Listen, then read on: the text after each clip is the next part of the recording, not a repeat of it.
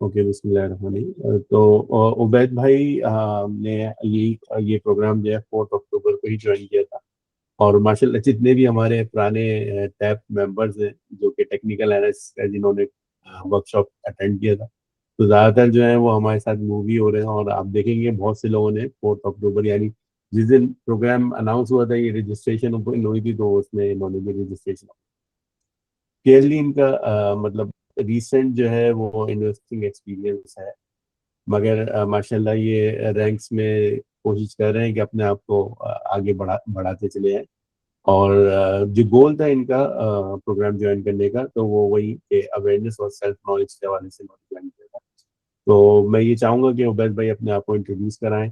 और जो उन्होंने गोल डिफाइन किया था इस प्रोग्राम से हवाले हवाले से, तो उसमें कहाँ तक पहुँचे हैं, क्या अच्छा रहा, क्या बुरा रहा। और अगर प्रोग्राम के हवाले से कोई फीडबैक है तो वो बताइएगा, फिर हम अपने टॉपिक की तरफ चलें। ओवर टू यू उबैद भाई। जी अस्सलाम वालेकुम सबको। थैंक यू जिन्होंने आज भी प्रेजेंटेशंस दी और पहले भी। और हसन भाई, अल्लाह आपको भी जज़ाए खैर दें, दुआ में याद रखते हैं आपको और बाकी सबको भी। अ, मेरा नाम उबैद रहमान है। मैं एस्टिमेशन में होता हूँ, सप्लाई चेन डिपार्टमेंट में। और मैंने मेरी जो ये इन्वेस्टमेंट जर्नी है, ये मोस्टली एहसन भाई के ग्रुप से स्टार्ट हुई। इसी के बाद मैंने मल्टीपल यहाँ से सीख के मल्टीपल मार्केट्स में थोड़ा थोड़ा एक्सपोजर हासिल किया। मैं इतना एक्टिवली ट्रेड नहीं करता हूँ, मेरे पास थोड़ा सा टाइम की कॉन्स्टेंट होती है।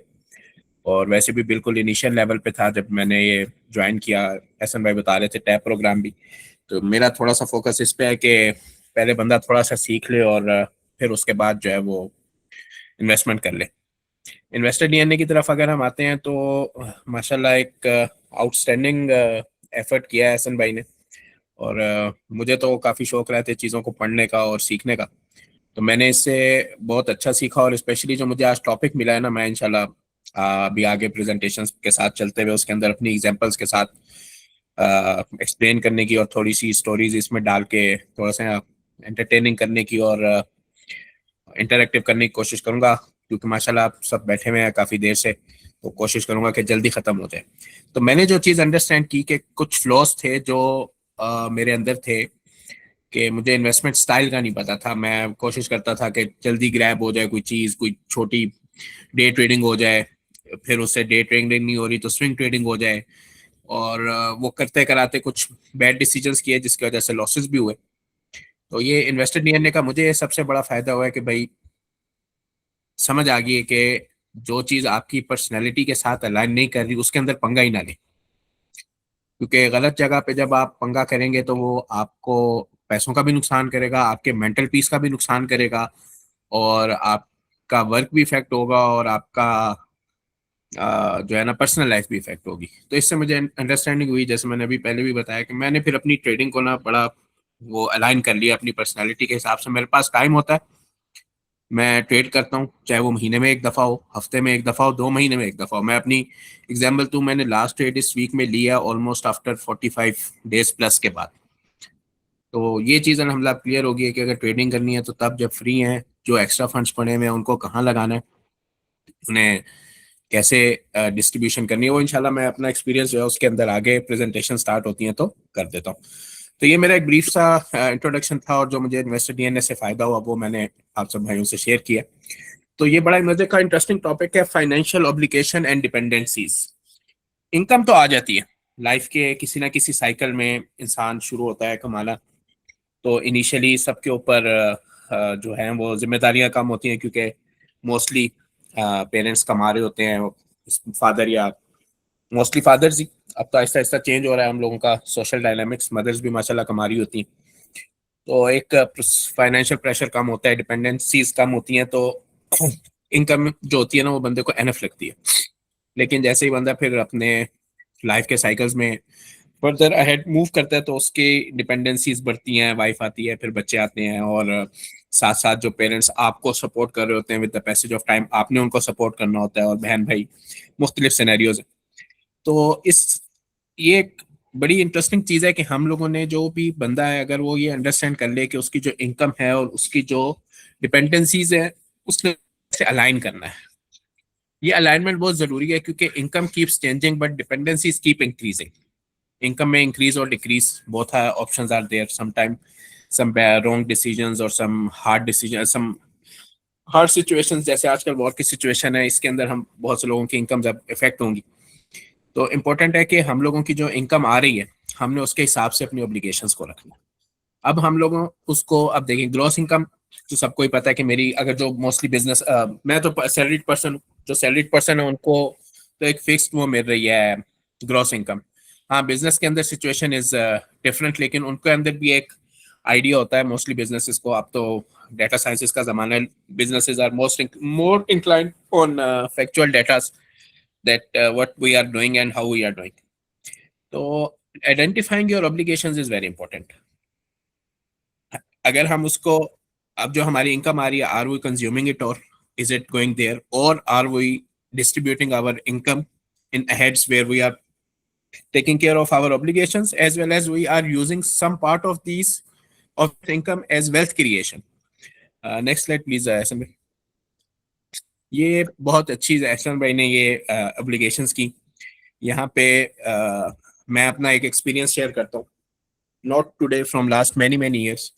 मैंने एक सिंपल एक्सेल शीट बनाई हुई है, उसके दो साइड्स हैं। एक के अंदर मेरी मंथली सैलरी लिखी हुई है और सेकंड के अंदर मेरे एक्सपेंसेस लिखे हुए हैं। अपना अपना स्टाइल है, कुछ लोग जब एक्सपेंस आता है तब उसको मीट कर लेते हैं। मेरा स्टाइल ये रहा है कि जैसे ही मेरी इनकम आती है मैं उसके अंदर जो मेरे फिक्स एक्सपेंसेस है, बहुत क्लियर है कि होम ग्रोसरी एक्सपेंसिव एक एस्टिमेटेड फिगर जो है वो मैंने फिक्स की है कि भाई ये तो लगनी लगनी है। चिल्ड्रंस फीस है, पेरेंट्स के कोई एक्सपेंसेस हैं, किड्स के अदर एक्सपेंसेस हैं, हाउस रेंट है, कोई ज़कात की अमाउंट है, आपका फ्यूल बिल्स हैं, उसी के अंदर आप उसको भी डाल देते हैं। मैंने ये जब एहसन भाई ने प्रेजेंटेशन की, मैंने उसके बाद अपनी शीट को जाके रिव्यू किया लास्ट ऑलमोस्ट 10 ईयर्स की, और उसके अंदर मुझे एक अच्छी चीज जो मिली वो जो ये 4 हेड में एहसन भाई ने दिखाया हुआ है। एसेंशियल और एसेंशियल के अंदर तो सबको ही पता है, जो फिक्स्ड एक्सपेंसेस हैं जो मैंने नेम लिए हैं वो तो सबके क्लियर है। अब ये प्रोडक्टिव एसेट वाली जो बात है ना, मैं इसके बारे में बिल्कुल अवेयर नहीं था, और मैंने इसके अंदर एक बड़ी अच्छी चीज शुरू की। ये इन्वेस्टर डीएनए में भी और हम लोगों के कुछ प्राइवेट ये टैब के सेशंस होते रहते हैं, उसमें भी ये चीजें डिस्कशन में आई। मैंने यूज ऑफ क्रेडिट कार्ड का यूज स्टार्ट किया। अब मैं क्या करूं पिछले 4 महीनों से, कि जो मेरे पास 2 क्रेडिट कार्ड्स, मैं एक दोनों को यूटिलाइज करता हूँ। एक जो ड्यू होता है वो दूसरे से उसकी पेमेंट करता हूँ। जब पहला ए ड्यू होता है तो बी से पेमेंट, बी ड्यू होता है तो ए से पेमेंट, और जो दोनों के दरमियान थोड़ा सा डिफरेंस होता है वो मैं यूटिलाइज करके अपने उसको ऑफसेट कर देता हूँ, और बाकी की जो सैलरी है वो मेरे पास पड़ी रहती है टू मेक इन्वेस्टमेंट्स और to make short term investments और लॉन्ग टर्म इन्वेस्टमेंट्स। इसी तरह प्रोडक्टिव इसके अंदर मैंने एक और चीज अपनाई। हम लोगों की कंपनी, ये अपने अपने ऑप्शंस हैं, आपको मिलते रहते हैं। अपना पर्सनल एक्सपीरियंस शेयर करने का मकसद ये है कि इससे दूसरों को भी एक आइडिया मिलता है। हम लोगों की कंपनी में ये ऑप्शन है कि हम लोग अपनी 1 ईयर जो हाउस रेंट अलाउंस है वो एडवांस में रिक्वेस्ट कर सकते हैं। मैंने क्या किया, मैंने 6 महीने का हाउस रेंट एडवांस में वो किया, रिक्वेस्ट किया, और मैंने उसे स्कूप के अंदर जो है 3 मंथ्स के 3-4 स्कूप्स के अंदर वो कर दिया, इन्वेस्ट कर दिया। वो पैसे वहां से आए, बहुत छोटी अमाउंट आई, बहुत ज्यादा बड़ी अमाउंट नहीं है, लेकिन अगर मैं उसे कंपाउंड करता रहूंगा तो over the year it will become a very good amount उसको। और ये फ्री मनी है, बिल्कुल फ्री मनी है। मैंने उसे इन्वेस्ट किया 3 मंथ्स के लिए, वापस आए, फिर 3 मंथ्स के लिए इन्वेस्ट किया। मैंने बड़े में पंगा नहीं लिया, कोई 1 ईयर, इवन मैंने 6 मंथ्स के अंदर भी नहीं गया। मैंने यूटिलाइज किया, उसके अंदर एक छोटी सी अमाउंट मेरे पास आ गई, और मुझे बड़ी खुशी भी हुई कि इट्स मनी फॉर फ्री है। तो इस तरह हम लोगों के पास आइडियाज आ सकते हैं, जब हम एक दूसरे के साथ बैठते हैं तो हम उसे शेयर करेंगे तो एक बड़ी अच्छी चीज रहेगी। इसेंशियल और प्रोडक्टिव के अंदर और भी बहुत से अच्छे ऑप्शंस हैं। हम लोग रेंटल प्रॉपर्टीज में जा सकते हैं, हम लोग डिविडेंड पेइंग स्टॉक्स में जा सकते हैं, हम लोग स्कूक्स में जा सकते हैं, हम लोग ये शॉर्ट टर्म के लिए प्रोडक्टिव, और अगर आपके पास लॉन्ग टर्म है तो आप कोई रेंटल उसके अंदर जा सकते हैं, जनरेटिव एसेट्स के अंदर जा सकते हैं आप, जहाँ पे आप अगर आप उसकी कोई पेमेंट कर रहे हैं, एज अ लोन भी कर रहे हैं, तो एज अ रिटर्न अगर हमने कोई शॉप ले लिया हमें वहां से रेंट आ रहा है, अगर हम अपनी थोड़ी सी जो सेविंग, हमें फिक्स सेविंग है, हमें पता है हमने सेव करना है, हम वो मिला के और वो रेंट मिला के अगर मोर्टगेज पे कर रहे हैं, तो at the end of the day वो एसेट भी बन रहा है और हमारे ऊपर उसका बर्डन भी नहीं आ रहा। तो ये जो जनरेशनल वेल्थ बनती है ना, जो मुझे समझ आई है इन्वेस्टमेंट डीएनए में, वो इसी तरह बनती है कि अगर आप स्मार्टली अपनी चीजों को इन्वेस्ट और री इन्वेस्ट करते रहेंगे। अगर आप यही सोचते रहेंगे कि यार मेरे पास एक अमाउंट जमा होगी then I am going to invest, तो फिर मैं होने को सब कुछ हो सकता है, लेकिन it will be a tough road. Productive से आगे चलते हैं, टाइम थोड़ा सा कम है, डिस्ट्रक्टिव एसेट्स में आ जाते हैं। डिस्ट्रक्टिव एसेट्स और ये इमोशनल कल्चरल को मैं दोनों को मिला के वो दूंगा। डिस्ट्रक्टिव तो ये आ जाता है लेविश स्पेंडिंग। आजकल तो माशाल्लाह मोबाइल फोन्स भी, एक जमाना था जब हम यंग थे, अब तो हम भी अल्हम्दुलिल्लाह ओल्ड पीपल्स की तरफ जा रहे हैं। जब हम यंग थे ना, तो मोबाइल फोन का एक्सपेंस होता था सर 1000 रियाल, 800 रियाल, 1200 रियाल। ये 2005 प्लस माइनस की मैं बात करूं, तब नया मॉडल इतने में आ जाता था नोकिया का। अब तो माशाल्लाह आईफोन और ये सैमसंग आते हैं तो 5-5, 6-6 हजार रियाल के, तो ये भी एक गुड इन्वेस्टमेंट है। तो इसके ऊपर सोचना चाहिए। हर तरह का एक्सपेंस जो हमारी लाइफ के अंदर इंपॉर्टेंट नहीं है, वो एक डिस्ट्रक्टिव एक्सपेंस है। उसके अंदर आप लेविश कार है, आपकी मोबाइल फोन है, आपका एंटरटेनमेंट का कोई भी फॉर्म है, आपकी लेविश वेकेशन है, तो ये बहुत इंपॉर्टेंट है। स्पेशली सैलरीड पर्सन, क्योंकि हम लोगों की सैलरीज के अंदर एक फिक्स्ड वो होता है। बिजनेस बिजनेस के अंदर भी अप्स एंड डाउन आते हैं, लेकिन वहां पे मार्जिन बहुत ज्यादा होता है। तो उसमें अगर चले आपने कोई एक लमसम आपको बेनिफिट आ गया, you can enjoy some bad habits as well।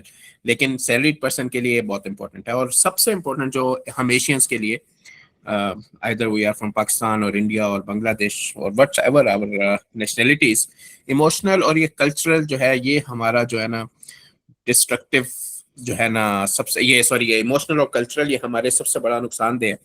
इसके अंदर मैं छोटी सी एक बहुत पुरानी स्टोरी, पाकिस्तान हमारी हमें स्टूडेंट लाइफ में पढ़ाई जाती है 9th और 10th में, अब पता नहीं है या नहीं। कथबा के नाम से एक स्टोरी है, छोटे से 2 मिनट लूंगा। बड़ी ही एंटरटेनिंग नहीं है, बड़ी सैड है स्टोरी, लेकिन रिजल्ट ओरिएंटेड है। एक आदमी होता है, वो यंग बिल्कुल, उसकी शादी होती है, तो उसके माँ बाप उसकी शादी के लिए कर्जा लेते हैं। शादी के बाद वो नौकरी शुरू कर देता है, माँ बाप बूढ़े होते हैं, माँ बीमार होती है, उनके इलाज के लिए पैसा लेता है, कर्ज लेता है। अभी वो कर्ज नहीं उतार कर पाता तो उसकी वालदा फौत हो जाती है। तो पाकिस्तान में एक, बहुत से लोग जानते होंगे, सिस्टम है 2-2, 3-3 दिन, हफ्ता हफ्ता वो 40वां, और काफी इस तरह की रसूमात हैं। तो वो उसके ऊपर ना मुख्तलिफ रसूमात अदा करने के लिए पैसे लेता है। अभी इस फेज से नहीं निकलता तो अल्लाह ताला बच्चे से नवाज देते हैं, फिर उसके खुशियां मना के जी मिठाइयाँ बट रही हैं और दावतें हो रही हैं। उस फेज से निकलता है तो वालिद साहब बीमार हो जाते हैं, उनकी बीमारी से पैसे खर्च करके निकलता है तो उनकी वफात के ऊपर पैसे खर्च हो जाते हैं। फिर वही दोबारा फंक्शंस, और फंक्शंस तो नहीं कहना चाहिए, तकरीबात जो भी आप उनको नाम दे लें। तो इसी तरह लाइफ चलती रहती है, बच्चे होते रहते हैं, बच्चों के फंक्शंस, किसी की बच्चे की कुरान की बिस्मिल्लाह का फंक्शन, आमीन का फंक्शन, ये हम लोगों ने अपनी जिंदगी में बहुत से एक्स्ट्रा जो ये हमारे कल्चरल हमने फंक्शंस किए हुए हैं। तो उसमें ड्यूरिंग द लाइफ वो कतबा खरीदता है कि मैं अपना घर बनाऊंगा और उस पर लगाऊंगा। तो लॉन्ग स्टोरी शॉर्ट के वो at the end of the day वो कतबा जो है ना, वो उसकी कबर पे ही लगता है। तो ये जो हम लोग अपने यूज करते हैं ना, ये एक्सपेंसेस जिनकी कोई बेनिफिट नहीं है। मैं इसके अंदर दोबारा अपनी एक एग्जांपल कोट कर देता हूँ। मेरी शादी हुई आज से 8 साल पहले, 7-8 साल पहले। सारे रिश्तेदार ऐसे कर लेते हैं, वैसे कर, मैं कहा जी बड़ा ही सादा, अल्लाह का हुक्म है, हम निकाह करेंगे, निकाह के अगले दिन वलीमा करेंगे, जितने लोगों को आना है सबको बुलाएंगे। मेरे ससुराल वालों ने बड़ा प्रेशर डाला कि नहीं नहीं नहीं, हमने बारात करनी है, बड़ा ज़रूरी है। मैं कहा जी बिल्कुल ज़रूरी नहीं है, और इसके बगैर बड़ा अच्छा गुजारा हो जाएगा। लेकिन एट द एंड वो बात करते करते वो उन्होंने कहा जी हम वो तेल मेहंदी भी नहीं कर रहे, ये भी नहीं कर रहे, आप हमें एक बारात का फंक्शन पे आप ज़रूर आए। तो वो एक फंक्शन किया और वलीमे पे सब लोगों को जमा किया। लोग भी खुशी खुशी आए कि एक दिन आना है, नहीं तो 4-4 दिन लोग भी आके तंग हो जाते हैं। हर किसी ने अपनी पर्सनल लाइफ के अंदर बिजी है। बड़ा अच्छा है, वीकेंड के ऊपर फंक्शन रखा, 200 लोगों को जमा किया, आराम से एंजॉय किया, रात को देर तक बैठे, गप्पे लगाई, और अल्हम्दुलिल्लाह उस काम को सुन्नत भी अदा हो गई और उसे एक अपने ऊपर प्रेशर भी नहीं बनाया। ये मुख्तलिफ वो थी। इसके अंदर हमें अपनी, अगर आप अपनी, ये मैं इसे समराइज करता हूँ, टाइम ज्यादा हो रहा है, हमें अपने इनकम को और अपने एक्सपेंसेस को जब तक हम नोट डाउन नहीं करेंगे ना, तब तक हमें समझ नहीं आएगी कि हम क्या गलत कर रहे हैं और कहाँ गलत कर रहे हैं, और अगर हम अपनी गलती आइडेंटिफाई नहीं करेंगे ना तो हम उसे ठीक नहीं कर सकेंगे। तो काइंडली आप लोग एक प्लान बनाएं, सिंपल रफ पेपर पे, वर्ड या एक्सेल की फाइल के ऊपर, monthly income, monthly expenses, main heads बना लें। छोटे छोटे एक्सपेंस लिखने की जरूरत नहीं है, और उनको हर महीने के एंड पे रिव्यू करें कि हम किस चीज को कट डाउन कर सकते हैं। Next slide please. ये एग्जांपल्स आ गई, मैंने कोशिश तो की है कि कवर कर दी जाए। ये प्रोडक्टिव ऑब्लिगेशंस में है कि अगर हमें किसी ऐसे हमने एसेट में इन्वेस्ट किया कि वहाँ कोई घर है या कोई शॉप है, वहां से हमें पैसे आ रहे हैं। डिस्ट्रक्टिव एसेट्स के अंदर हमने हर अयाशी के लिए कोई चीज चाहिए उसको, आजकल तो टैबी तुम्हारा जिंदाबाद, क्रेडिट कार्ड के ऊपर उसे हम करते जा रहे हैं, अपने ऊपर बर्डन डालते जा रहे हैं। मोबाइल ले लिया, घड़ी ले ली, कोई भी चीज ली, उसे क्रेडिट कार्ड पे कर दिया, तो वो एक डिस्ट्रक्टिव हैबिट है। We like to live lavish but we should live what we have. Emotional, दिल किया पसंद आई Chinese car in the market, very luxurious, very very, कहना चाहिए दिल खुश कर देती है लाख रियाल के अंदर भी गाड़ी, लेकिन वी हैव टू प्रायोरिटाइज कि हमने पहले क्या करना है। Next slide please. ये आ गया अब हम लोगों का कि इनविजिबल एंकर्स क्या है, कि क्या चीजें हमें हिंडर कर रही हैं हम लोगों की फाइनेंशियल ऑब्लिगेशंस जो हैं इसके अंदर। अनस्ट्रक्चर्ड सपोर्ट, फाइनेंशियल एड और सपोर्ट बनाना बहुत अच्छी बात है, लेकिन it should be in a systematic way. और अखुवत का मॉडल पढ़ने वाला है बहुत अच्छा इस सिलसिले के अंदर, कि वो ये कहते हैं कि पैसे लें हमसे, अपना बिजनेस करें, और उस पैसे को आप जो है हमें वापस करने की बजाय आगे, या हमें भी वापस कर दें, या उसको आप आगे लोगों की हेल्प में यूज करें। मैंने जहाँ पे पाकिस्तान में पढ़ा, बहुत ही अच्छा सिस्टम था उनका। वहाँ पे वो लोग, उन्होंने ऑप्शन दिया हुआ था कि फी कलेक्शन उसके ऊपर काउंटर पे, कि आप अपनी फीस के साथ किसी और की फीस भी दे सकते हैं, आप चाहें उसको अपना नाम बताएं या ना बताएं। उसकी ऑब्लिगेशन ही होती थी कि वो बंदा जो फीस पे नहीं कर सकता उसकी फीस पे हो जाए, लेकिन उसकी रिटर्न ये था कि उस बंदे ने जब वो पढ़ के चला जाएगा तो उसने 2 स्टूडेंट्स को आगे सपोर्ट करना है। तो ये लेकिन इन चीज़ों को सिस्टमेटिक लेके चलना बहुत ज़रूरी है। स्टेटस सिग्नल तो इट्स कहना चाहिए जस्ट लाइक डायबिटीज़, अगर हम इसके अंदर पड़ गए तो डायबिटीज़ है ये, हम लोगों को एक दफ़ा लग गया तो फिर ये हर ऑर्गन के ऊपर, हर फाइनेंशियल डिसीजन के ऊपर इम्पैक्ट करेगा। अगर हमने डिसाइड कर लिया कि भाई अब इस बंदे के हाथ में एक घड़ी है, मेरे हाथ में भी होनी चाहिए, उसके पास ये गाड़ी है, मेरे पास भी होनी चाहिए, उसके पास ये कपड़े हैं, तो भाई live simple, live as you like, live as per your income.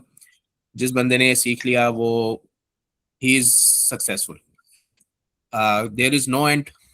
जितनी मर्जी ऐशी करने, घड़ी शुरू हो जाती है 20-25 रियाल से लेके, हमारे हुक्मरान है वो पहनते हैं करोड़ों की घड़ियां पहनते हैं।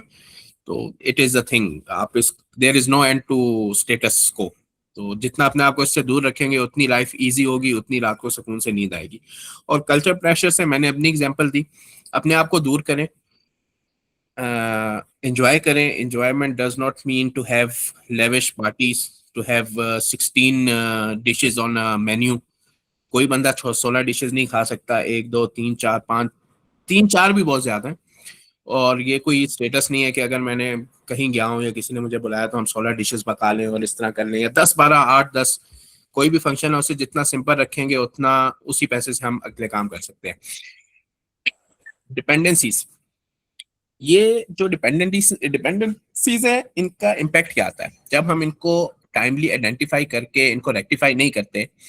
तो in short run as well as in long run ये हमारी इन्वेस्टमेंट के डिसीजंस पे और हमारे फाइनेंशियल डिसीजंस पे बड़ा बैडली इम्पैक्ट करती है। मैंने एक चीज को टाइमली, अगर आप किसी ने भी उसे ऑर्गेनाइज नहीं किया, अब हमारे बच्चे हैं उनकी पढ़ाई के लिए, उनके आने वाले फ्यूचर के लिए हम अभी से इन्वेस्ट नहीं करते हैं। अभी हमारे पास पैसे हैं, लेकिन आने वाले 5 सालों में, 10 सालों में जब उनकी रिक्वायरमेंट ज्यादा होगी, अगर उस वक्त हम क्रंच फील करते हैं तो देयर विल बी नो, जिसे कहते हैं क्विक फिक्स नहीं होगा। उस वक्त वो प्रेशर आ जाएगा, टाइम होराइजन नहीं होगा हमारे पास, उस वक्त हम लोगों के पास रिस्क टॉलरेंस नहीं होगी कि अब मेरे पास 5,000 है, मैं इसे इन्वेस्ट करके कोई 7,000 कर लूँ, नहीं। लेकिन अगर हम अभी से या पहले से अगर हम ये कर रहे हैं, अगर नहीं कर रहे तो हम अभी से अपनी चीज़ों को अलाइन करके और उनके अंदर टाइमली इन्वेस्टमेंट शुरू करते हैं। मैं ये कहूँगा पाकिस्तान के मुकाबले में मैंने अपने इंडियन कोलीग्स को देखा है, वहाँ पे बहुत अच्छी स्कीम्स हैं बच्चों की शादियों के लिए, बच्चों के क्या उसका नाम है, एजुकेशन के लिए, रिटायरमेंट प्लान्स। पाकिस्तान में ये चीज़ थोड़ी कम नज़र आती है, लेकिन अल्हम्दुलिल्लाह अवेयरनेस बढ़ रही है। अगर हम अभी से इसको करेंगे तो जितनी जल्दी हम अपने जो एक्सपेंसेस हैं, जो हमारे फ्यूचर रिक्वायरमेंट्स हैं, अगर हम उसको अपनी इन्वेस्टमेंट्स के थ्रू कवर कर लेंगे तो द अर्लियर द बेटर। हमारे ऊपर फाइनेंशियल स्ट्रेस कम होता जाएगा, हम अर्ली रिटायरमेंट भी ले सकते हैं, हम अपने काम को भी इंजॉय कर सकते हैं, हम जनरेशनल वेल्थ को भी इम्पोर्टेंस दे सकते हैं। तो इट ऑल डिपेंड कि हम कितनी जल्दी अपनी फाइनेंशियल ऑब्लिगेशंस को समझते हैं और अपनी इनकम को उनके साथ अलाइन करके हम लोग उनको इन्वेस्टमेंट्स की तरफ लेके जाते हैं। जब हमारे पास एक कैश फ्लो अवेलेबल होगा, ये बड़ी अच्छी स्लाइड आ गई वेल्थ कंप्रेशन की। जितने ज्यादा आपके पास फ्री कैश होगा, उतनी ज्यादा आपके पास अपॉर्चुनिटीज होंगी। जब हम लोग टाइमली अपने आप को, जो बात मैं पहले कह रहा था कि अभी हमें शायद फील नहीं हो, लेकिन 5 साल 10 साल के बाद जब हम लोगों को पैसे चाहिए होंगे, उस वक्त फंड्स अवेलेबल नहीं होंगे, तो हम वी विल फील कंप्रेस्ड। हमारे ऊपर प्रेशर होगा हर दोनों तरफ से कि एक्सपेंस ज्यादा हो रहा है, इनकम कम हो रही है। इनकम अगर स्टेबल भी है तो एक्सपेंस इतना ज्यादा बढ़ रहा है कि we have no alternative option for incomes, अगर हमने अभी से उनको स्टार्ट नहीं किया और उनके ऊपर टाइमली हम लोगों ने फोकस नहीं किया। Next slide please. Investment, gross income और एलोकेशन रेट, ये एक बड़ा अच्छा वो ऑप्शन है कि हमें कितने पैसे चाहिए आज से 5 साल के बाद, किस किस जो हमारे मेजर हेड्स, हमें रिटायरमेंट लाइफ के लिए कितने चाहिए, बच्चों की शादी के लिए क्या चाहिए, उनके एजुकेशन के लिए क्या चाहिए एट दैट टाइम। अगर हमें वो 5 लाख चाहिए और हमें वो 10 साल बाद चाहिए, तो हम उसको क्या कहते हैं, कितना अमाउंट आज से उस ईच हेड के लिए एलोकेट करेंगे, तो वो at the time of true allocation हमें कितना आएगा। हमें उसके अंदर इन्फ्लेशन को भी टेक केयर करनी है। और अब देखें हम लोग पिछले 5-7 साल की एग्जांपल लें तो there are unexpected events around us. पहले कोविड आ गया, अब वॉर सिचुएशंस बनी हुई है, अल्लाह खैर करें और अल्लाह ताला बेहतर करें। तो इन सब चीज़ों को भी हमें क्या कहते हैं, कैलकुलेट करना है, इनका रिस्क और अंदर डालना है। अब यहाँ पे आ जाता है कि हाउ मच आवर इन्वेस्ट, अगर हम सेव कर रहे हैं तो वो कितना है। अगर हम 0 से 10% पे हैं तो इसका मतलब है बेयर मिनिमम, ये तो होना ही होना है। लेकिन इट मीन्स कि if we are just saving up to 10% then we need to increase it. अगर हम 10 से 25% बना रहे हैं तो बचा रहे हैं, तो इट मीन्स कि we are saving good, but there is a huge room for betterment. यानी we can go to the next step of high velocity. High velocity क्या है? 25 से 50%। अगर तो हम इतना बचा रहे हैं, ये तो आइडियल है, क्योंकि अगर हम इतनी इनकम को हर महीने इन्वेस्ट करते हैं in proper plans, in schools, in bonds, in real estate, in commodities, in stocks, तो अगर वहां पे ऊपर नीचे भी होता है तो we will be in good hands और इट विल हेल्प। ये जो तीसरे हेड में अब जब आ जाएंगे ना, तो यहाँ पे हमारे पास हमारी रिस्क एपिटाइट ज्यादा हो जाएगी। We can go for high risk high reward a certain percentage for sure, और it will help us make to take decisions, to make risky decisions as well, to make you can say not all risky, completely risky, लेकिन जहाँ पे risk की appetite ज्यादा है और return की appetite भी ज्यादा है, हम उसको इजीली ले सकेंगे, क्योंकि हमारे पास एक अमाउंट है that even we will lose it, we will not be burdened by currently due to that loss. और अगर हम more than 50% पे चले जाते हैं, फिर तो with in a very short time frame, अगर हम ये कर रहे हैं या आने वाले 2-3 सालों में हम इसके ऊपर पहुंच जाते हैं, then you are near to your retirement plan. You have nothing to worry, आपके मोस्टली एक्सपेंसेस कवर्ड है, you are in safe hands, you have your expenses are met, you have enough amount for investment, you have enough amount to make explore new venues, to make generational wealth. So things are in your on your side. Next slide, Asan. हाँ, ये वही बात आगे जो हमने पहले की थी कि उसको सबसे पहले तो most important to make decision is to write down. हम लोग अपना मंथली एक्सपेंस को राइट डाउन कर लें, उसके अंदर फिर उनके हेड्स बना लें कि ये तो ज़रूरी है, इसके बगैर वो नहीं है। फिर देखें कि इसके अंदर प्रोडक्टिव हम लोग कितना, अपनी सैलरी का कितना पार्ट जो है वो प्रोडक्टिव एक्सपेंस में जा रहा है, कितना डिस्ट्रक्टिव में है। ये जो दोनों चीज़ें हैं ना, ये बहुत इंपॉर्टेंट है कि प्रोडक्टिव को इंक्रीज करना है और डिस्ट्रक्टिव और इमोशनल को कम करना है। कई दफा हम लोग ये प्रोडक्टिव को तभी इंक्रीज कर सकेंगे जब हम डिस्ट्रक्टिव और इमोशनल को कम करेंगे। और इसके अंदर कई चीजें ऐसी होती हैं जो हमें फील नहीं होता, हम लोग वो स्पेंड किए जा रहे हैं, लेकिन जब हम उन्हें लिखते हैं ना, और दोबारा उनको आफ्टर 1 और 2 मंथ्स और 1 क्वार्टर हम उन्हें दोबारा रिविजिट करते हैं तो रियलाइज करते हैं कि यार ये चीज मैं उस वक्त छोड़ सकता था या उसको डिले कर सकता था, पोस्टपोन कर सकता था, that would have been better. अब ये बिल्कुल इलिमिनेट करना है, रिस्ट्रक्चर करना है, रीनिगोशिएट करना है। इलिमिनेट, जो हमारे डिस्ट्रक्टिव हैं उनको इलिमिनेट करना है, जो हमारे प्रोडक्टिव हैं उनको रिस्ट्रक्चर करना है to be in a better alignment के वो हमारे लिए क्या, जहां हम इन्वेस्टमेंट कर रहे थे क्या वो ठीक थी, या अगर वो ठीक भी थी क्या दे कैन बी बेटर, उनको रिस्ट्रक्चर करें और रिस्ट्रक्चर करने के बाद उनको रीनिगोशिएट करें कि हम लोगों को अपने इमोशनल और कल्चरल में से निकलना है और हमने उन पैसों को स्ट्रक्चरल उसमें प्रोडक्टिव उसमें लगाना है। Even you are helping someone, बजाय इसके कि मैं अगर किसी को हेल्प कर रहा हूँ कि ये लो भाई 5,000 and have your kitchen expense, no, take 50,000 and start doing something जिससे you can run your kitchen for next 2, 3, 4 years or so on, that you will not be dependent on me.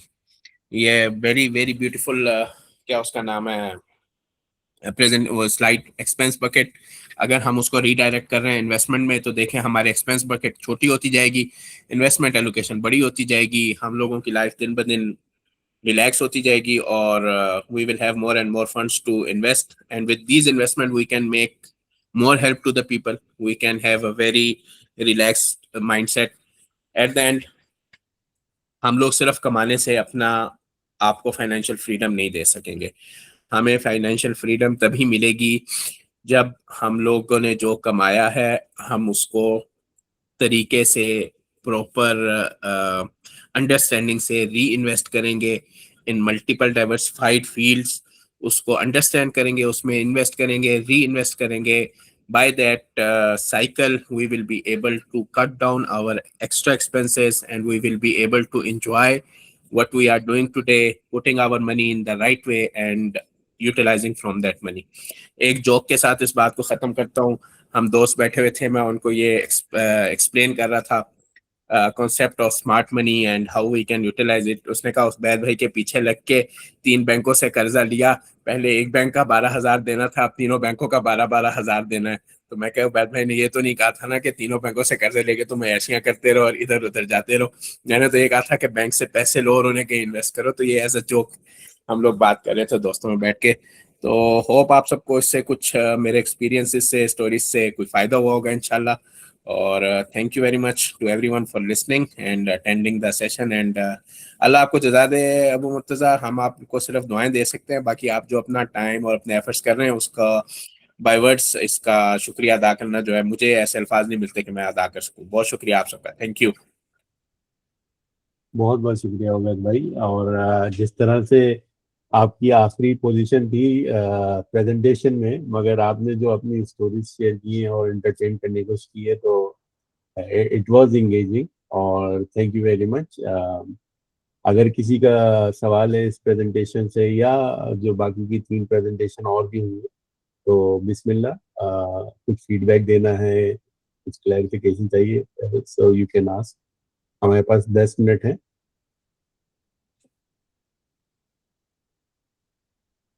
मेला लूट लिया डॉक्टर साहब कह रहे हैं, doctor Guram के मेला लूट लिया भाई उबैद भाई आप।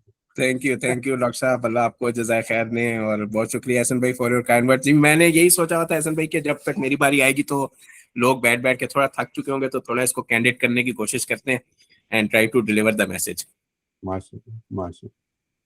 उबैद देखिए भाई, हर वेरी नाइस बंदे की अपनी प्रेजेंटेशन, इंडिविजुअल प्रेजेंटेशन थी। कंग्रेचुलेशन।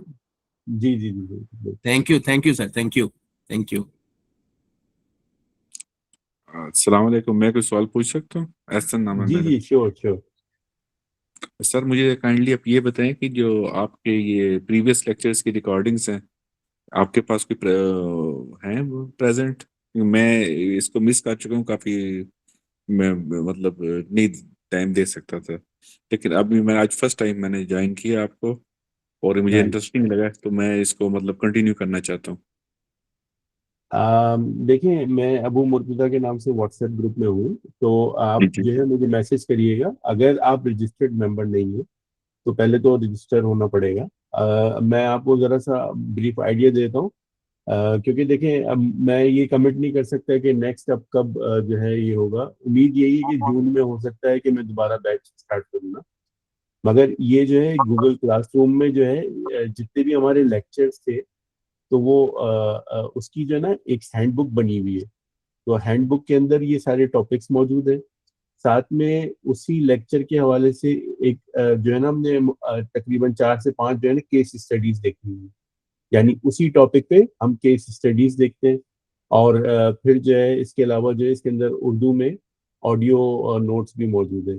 तो ये जो है एक्चुअली सप्लीमेंट्री मतलब मटेरियल है जो कि हम हर लेक्चर के साथ जो है ना दे रहे होते हैं। तो ये तकरीबन 11 लेक्चर्स थे। तो उसके अंदर हमने दिया है ताकि हमारे जो दोस्त हैं कभी जो ऑलरेडी रजिस्टर्ड मेंबर्स हैं तो वो कभी अगर बाद में भी रेफर करना चाहें तो वो कर सकते हैं। रिकॉर्डिंग एज सच हमने जो है जो लाइव रिकॉर्डिंग है वो कर तो रहे हैं मगर हमने वो पब्लिकली अवेलेबल नहीं की है। ठीक है। और उसका रीजन यही होता है कि फिर बहुत से लोग जो है ना कैमरा शाय होते हैं और वो फिर अपने जो जज्बात हैं उसको खुलकर बयान नहीं कर सकते।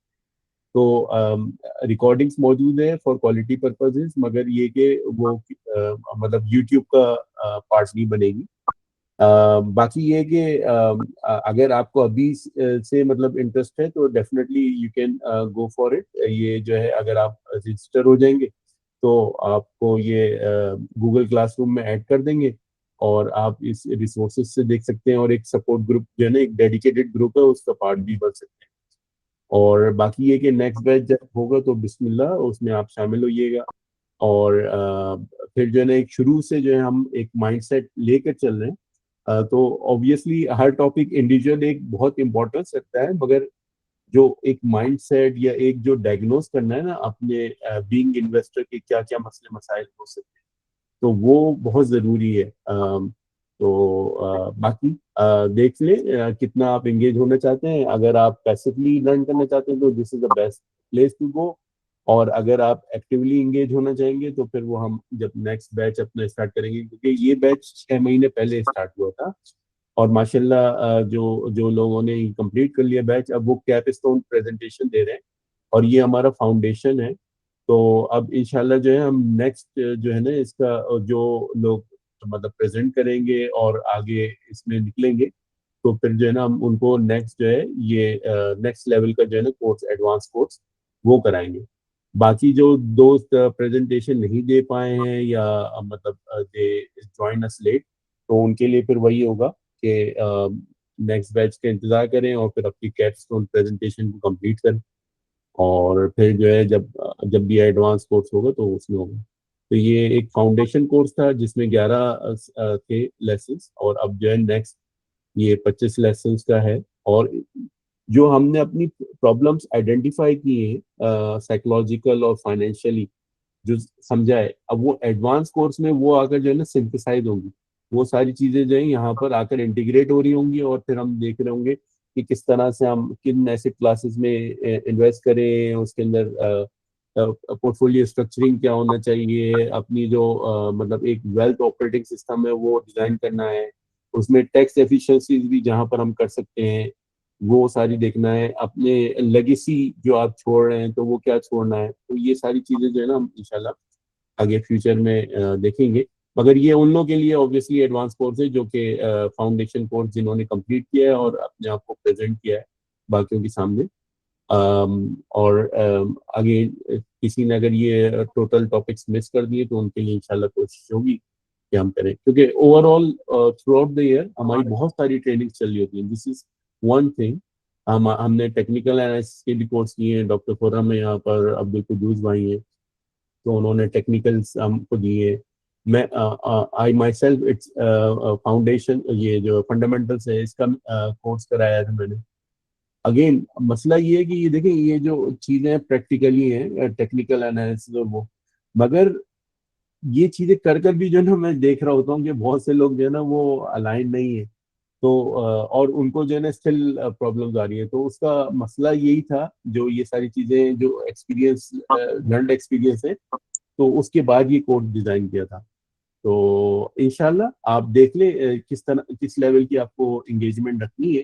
तो चाहे तो आप क्लासरूम ज्वाइन कर लें गूगल क्लासरूम आफ्टर रजिस्ट्रेशन या फिर जो है जो नेक्स्ट बैच होगा फिर उसमें आप लाइव लेक्चर्स लिएगा, ताकि कंप्लीट जो है आपको डिटेल्स मिल जाए। अभी जो आप देख रहे हैं लेक्चर्स, ये इन्फ्रेंस है, जिन जिन जिन जिन लोगों ने अपना एक मतलब एक एंगल से इसको लर्न किया है, वो अपना एंगल और अपने एक्सपीरियंसेस शेयर कर रहे हैं। मगर ऑफ कोर्स एक करिकुलम में मजीद कॉम्प्रिहेंसिव मतलब यही प्रेजेंटेशन होंगी, मगर वर्डिंग जरा सी डिफरेंट हो जाएगी।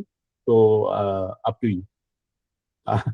मैंने बहुत टाइम ले लिया, मगर ये मैं चाह रहा था कि सबके लिए क्लियर हो जाए, not only for you.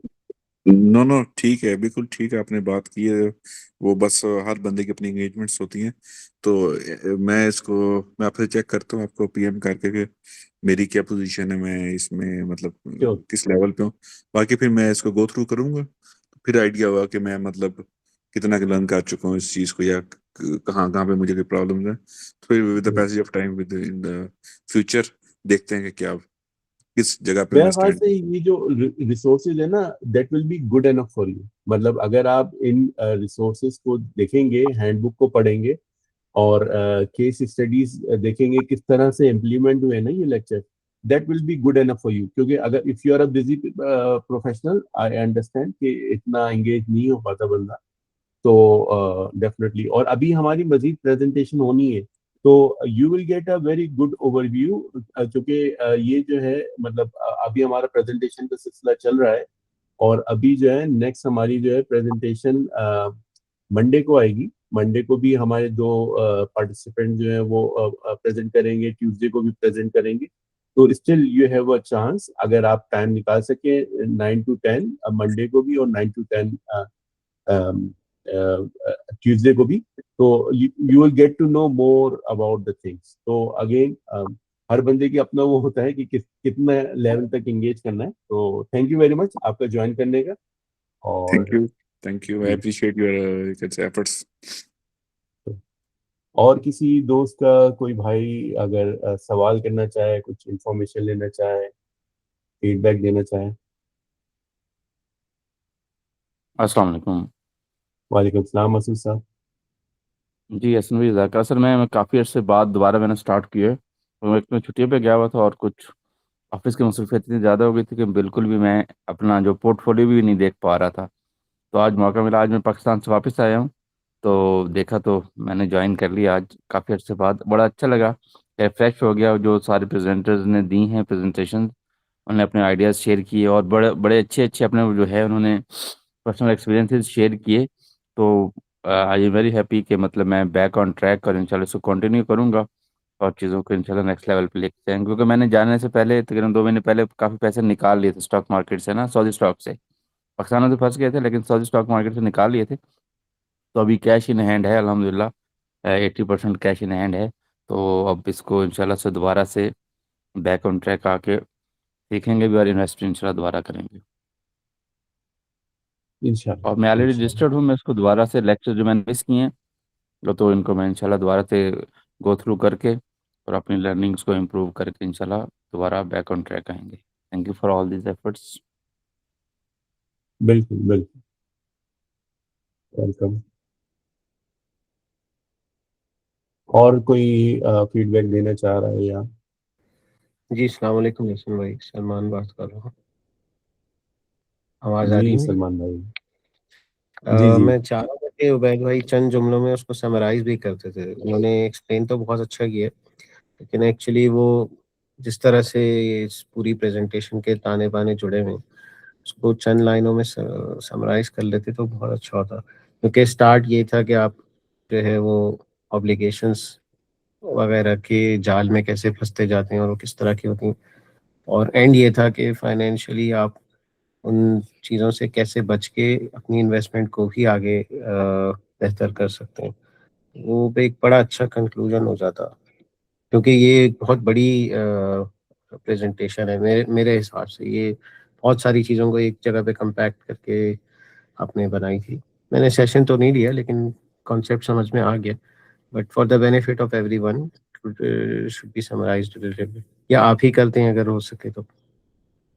Ubaid भाई आप अटेम्प्ट करना चाहेंगे?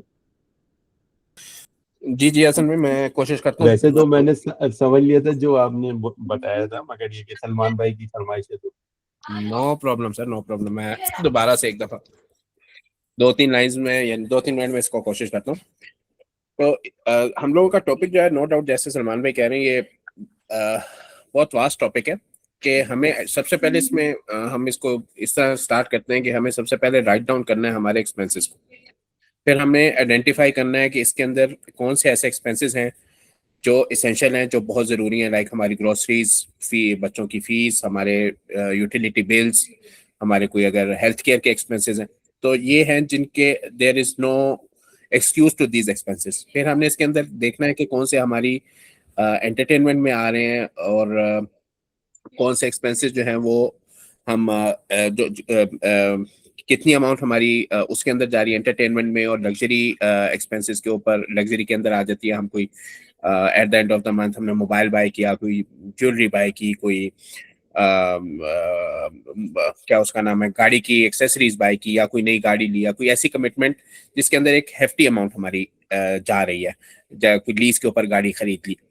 इसी तरह हम लोगों ने उसको या फिर ये था हमारा तीसरा हेड डिस्ट्रक्टिव का। फिर एक हमारा हेड है कि हम लोगों का एक ऐसा कल्चर है कि हम लोग अपने इवेंट्स के ऊपर, चाहे वो बर्थ का इवेंट है, मैरिज है, हमारे डेथ का इवेंट है, हम इस तरह के इवेंट्स के ऊपर और अदर इवेंट्स के ऊपर भी, जैसे ईद है, हम इसके ऊपर कुछ ऐसे एक्सपेंसेस कर देते हैं जो रिक्वायर्ड नहीं होते या वो हमारी इनकम से मैच नहीं करते हैं, कि हम एक अनरीजनेबल अमाउंट उसके ऊपर इन्वेस्ट कर दे स्पेंड कर देते हैं जिसके बेटर यूजेस थे। तो इसके लिए सबके लिए जरूरी यही है कि हम जो भी चीज अर्न कर रहे हैं हम उसको भी लिखें, और जो एक्सपेंस कर रहे हैं उसको भी लिखें। That is the first step. Second step के अंदर हम उसका पीरियोडिक रिव्यू करें कि what is going on with our income and what is going on between our income and expenses. और जब हमने उनको आइडेंटिफाई करके उन हेड्स में लिखा हुआ है कि कौन सा प्रोडक्टिव है, डिस्ट्रक्टिव है, कल्चरल है, हम उसके अंदर अमाउंट्स को देखें और फिर देखें हमारा ईच एक्सपेंस क्या था और क्या हम उसको अवॉइड कर सकते थे। अगर हम ये आइडेंटिफाई कर लें कि हमने किसको अवॉइड करना था, और नेक्स्ट स्टेप में आफ्टर रियलाइजेशन हम उसके ऊपर इम्प्लीमेंटेशन कर दें कि यार मेरे से ये मिस्टेक हुई है या ये रॉन्ग डिसीजन हुआ है, मैं इसको अवॉइड कर सकता था या पोस्टपोन कर सकता, हम उसको इम्प्लीमेंट कर देते हैं, तो वो फंड्स को जो है हम लोग फ्रॉम डिस्ट्रक्टिव और कल्चरल यूजेज की बजाय हम लोग उसको प्रोडक्टिव यूज में ले जाएंगे। उससे क्या फायदा होगा कि हम लोगों की इन्वेस्टमेंट और री इन्वेस्टमेंट होगी, और in the later stage after some time वो पैसे जो हम अगर उसको इन डिस्ट्रक्टिव यूज पे यूज कर चुके होते तो वो जा चुके होते, लेकिन जब हमने उनको प्रोडक्टिव यूज के अंदर यूज किया तो वो हम लोगों के पास इंस्टेड एक हैंडसम अमाउंट आ गई which can be again reused in investment, or a portion of it can be used to satisfy our craving of that entertainment or whatsoever what we termed as destructive asset, हम उसके ऊपर एक portion use कर सकते हैं, लेकिन this will be out of the return of the investment original at that time। थोड़ा सा मिक्सअप हो गया, सॉरी, कि हमने जो ओरिजिनली एक्सपेंस पे करके उसको जाया कर देना था, हमने उस अमाउंट को यूज किया और उसके ऊपर जो रिटर्न आया हमने उस रिटर्न में से अपने अयाशी कर ली, इन सिंपल वर्ड्स। तो इससे क्या होगा कि इससे हमें वेल्थ को क्रिएट करने का एक मौका मिलेगा, लेकिन ये तभी पॉसिबल होगा जब हम इसको राइट डाउन करेंगे, आइडेंटिफाई करेंगे, रिकग्नाइज करेंगे इसको, फिर इसको एलिमिनेट करेंगे और इम्प्लीमेंट कर देंगे। तो it will become a complete cycle कि कैसे हम लोगों ने अपने कंप्लीट एक्सपेंसेस को आइडेंटिफाई करके उनको करेक्ट वे में प्रोडक्टिव यूज के अंदर लगाया, and it help us to create generational wealth and meet the expenses in our future if we have put the right amount from today। Salman भाई ये ठीक हो गया थोड़ा सा? नहीं तो एहसन भाई आप इसके अंदर फर्दर अपना इनपुट डाल दें। थैंक यू सर, मुनासिब बहुत हो अच्छा गया। कवर और कर मेरा ज़ाती ख्याल ये है कि स्लाइड नंबर जो 14 है, वो अगर तमाम स्लाइड्स को कोई डिलीट भी करते तो इस स्लाइड 14 जो है इस तमाम लेक्चर को बहुत अच्छे तरीके से एक्सप्लेन कर दी। This is really a picture worth 1000 words. जज़ाकल्लाह, बहुत बहुत शुक्रिया उबैद भाई। Welcome welcome thank you.